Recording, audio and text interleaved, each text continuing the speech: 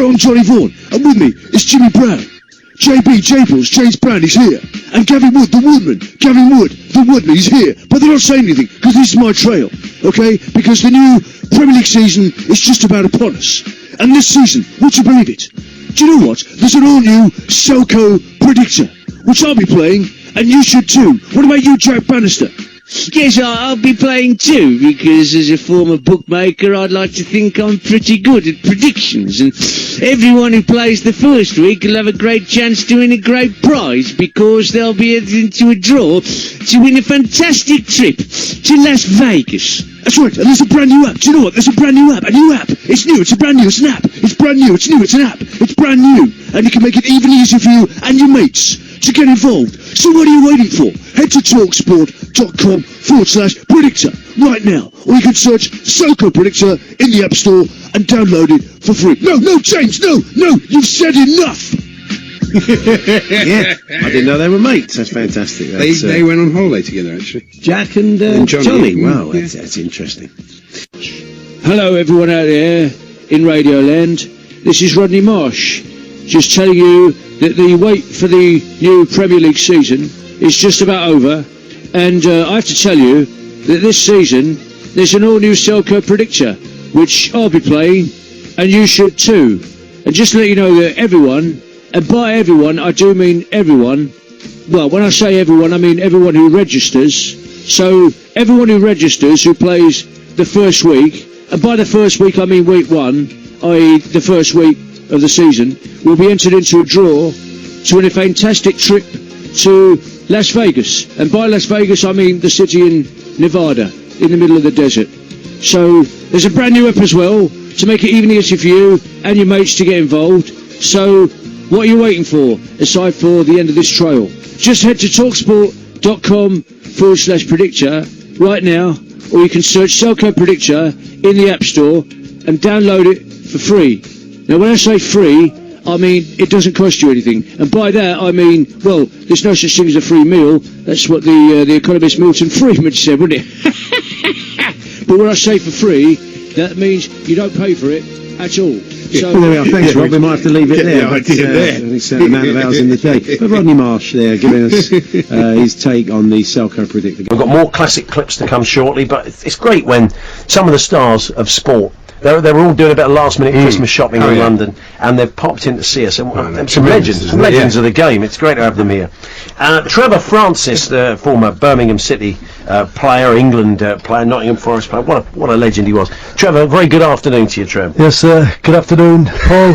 Lovely, thanks for coming in. You seem to have some garage flowers there, Trevor. It's, Helen, she's very demanding taste, and I find that BP have the best selection on many occasions. Well, Andy goes there for all his flowers. BP. Well, it is lovely to see Birmingham in the upper reaches of the Championship again, isn't it, Trevor? Well, yes, and I've said on many occasions, but I've also said on many occasions that it's the success that Birmingham are having now. Well, it's down to me, because if it wasn't for me signing Gary Rowett as a player back in 1998. And then getting an affinity for the club that he had for the 2 years that he was with Birmingham City Football Club, established in 1975.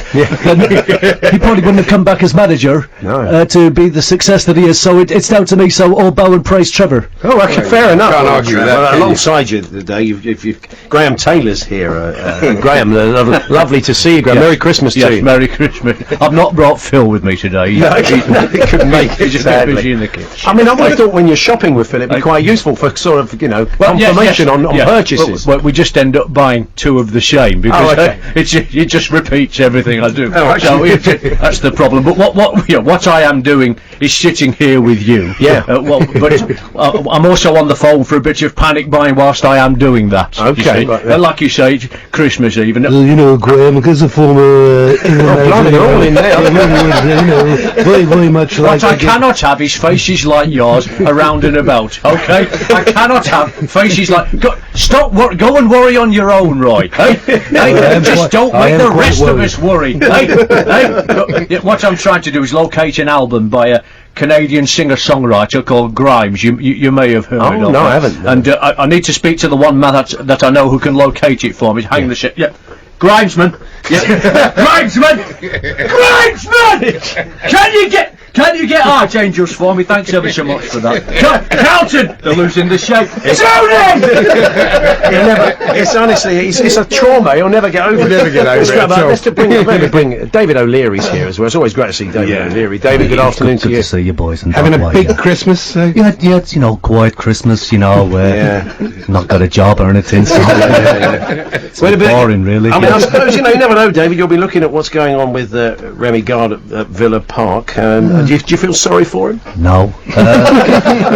He's under pressure, though, in that way, but, he went to Barcelona scouting the other day in that way, and he was up there in the top tier, and Messi scored a worldie, and unfortunately he got knocked over the balustrade and down into the supporters below, broke his fall, but he was knocked unconscious in that way, but when he came to, there was a young lady standing over him, and Remy said, "Where am I?" And the lady said, "You're in the second tier, Mr. Garden." He said, "Blow me, is it August already?"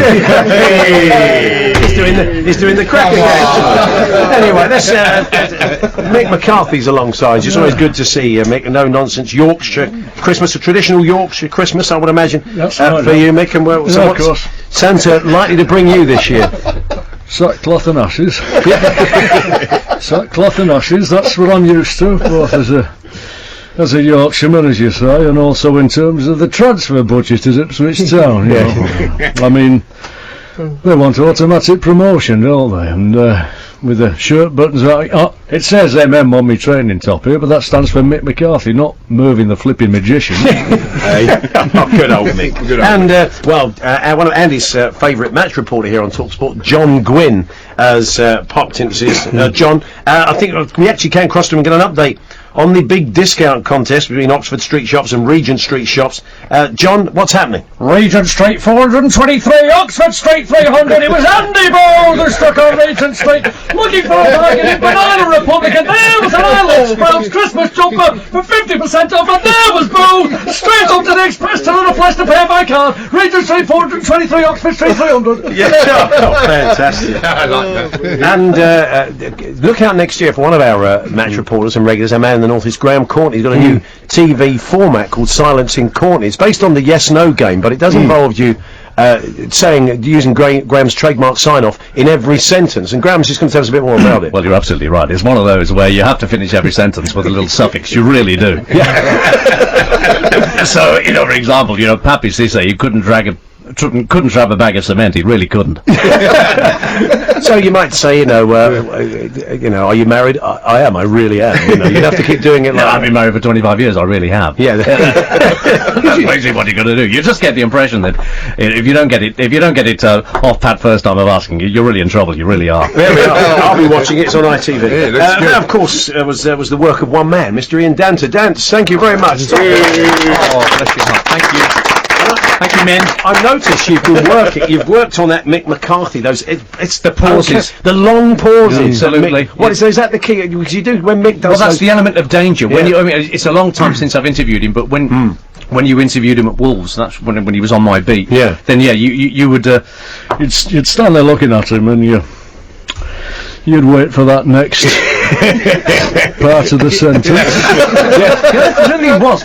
You'd be stood there in the tunnel at Wolves, and the funny thing was with Mick, he would back off as you're interviewing him. So there's 4 or 5 of us with our mobile phones or whatever we got to record with, and you'd find your arm extending out more and more as he moves back, as he gradually sort of backpedals. It's almost like that scene in Airplane 2 where everyone tips over the top of the jury thing, and the idea you're almost falling over yourself. But I miss Mick actually, because he was always good fun. But Jim stuck around, and you've got a special guest for us, Jim. Absolutely. Good afternoon, Paul. Good afternoon, Andy. Good afternoon, everybody. Unlike my dealings on Sky Sports News transfer deadline day, I don't leave my Christmas shopping to the last minute, so I'm delighted to stay behind for a few more minutes. Joining me on the line now, Trevor Francis. Good afternoon. Yes, good afternoon, Jim. It's lovely to speak to, well, if it is you. I can assure you it is. Yes, well, I've heard that Jim White has got an imposter or two lurking around TalkSport Towers. but I must say it's quite unique. A bit like people who do Trevor Francis impressions. There's not much mileage in it. I don't know. You've had a career out of it. I don't know about that. There aren't many of us, that's for sure. Well, that's very true, but of course, in truth, Jim, you really should be speaking to me because, of course, I had a big money move from Sky to BT this year to be part of their crack analysis team. That is crack with a CK at the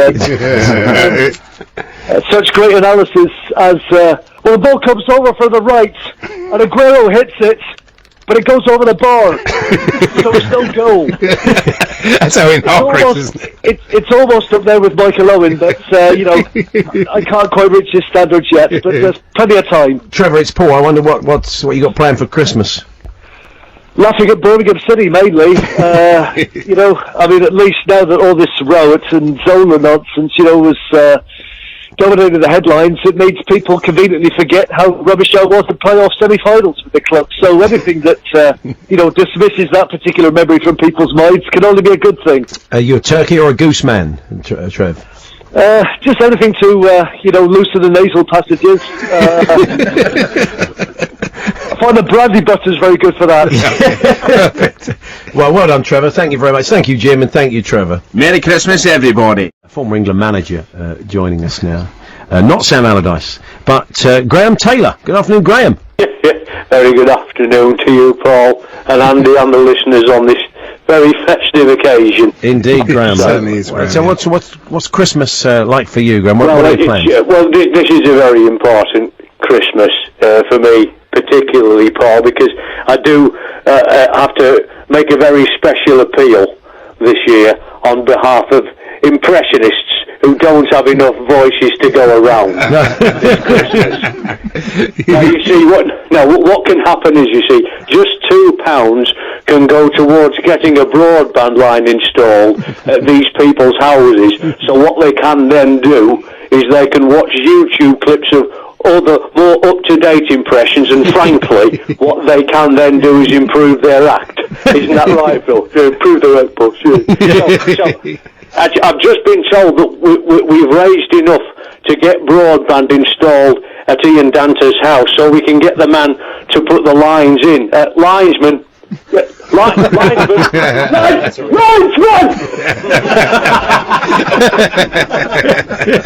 for some reason, I mentioned, maybe it was a couple of guests that were coming up, or something was happening, and I said the phrase Stan and Jack. And Andy, of course, leapt on that and said, not Stan and Jack from On the Buses. I said, no, of course not. I mean Stan Collymore and Jack Bannister. And we thought, well, what would it be like if Stan Collymore and Jack Bannister were brought together for the return of On the Buses? Thankfully, we don't have to imagine what it's like. No. Because, well, this is here for you at this very moment.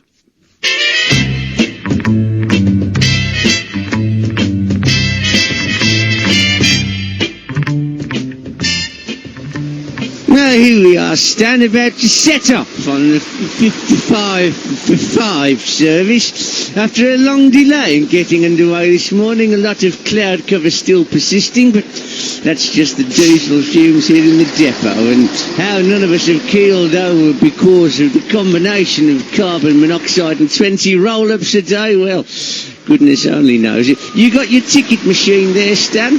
I have. Good morning, everyone. Welcome to the Luxton and District Bus Depot.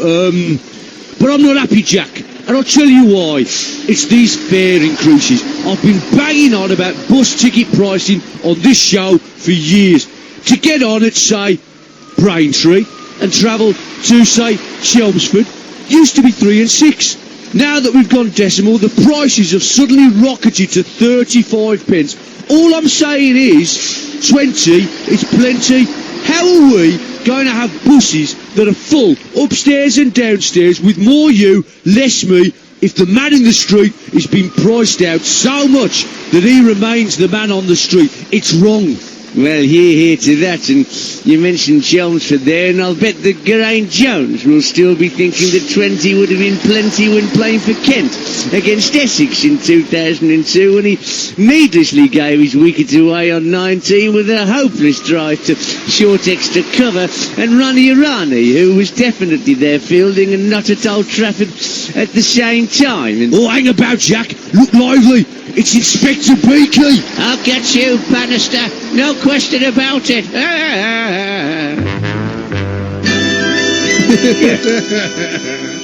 Well done, Dan. Yeah, so all Ian his Danter, own work. Ian Brilliant Danter stuff. was listening in, and yeah, thanks, Dancy. You pulled that all together for us. Top work. Top man.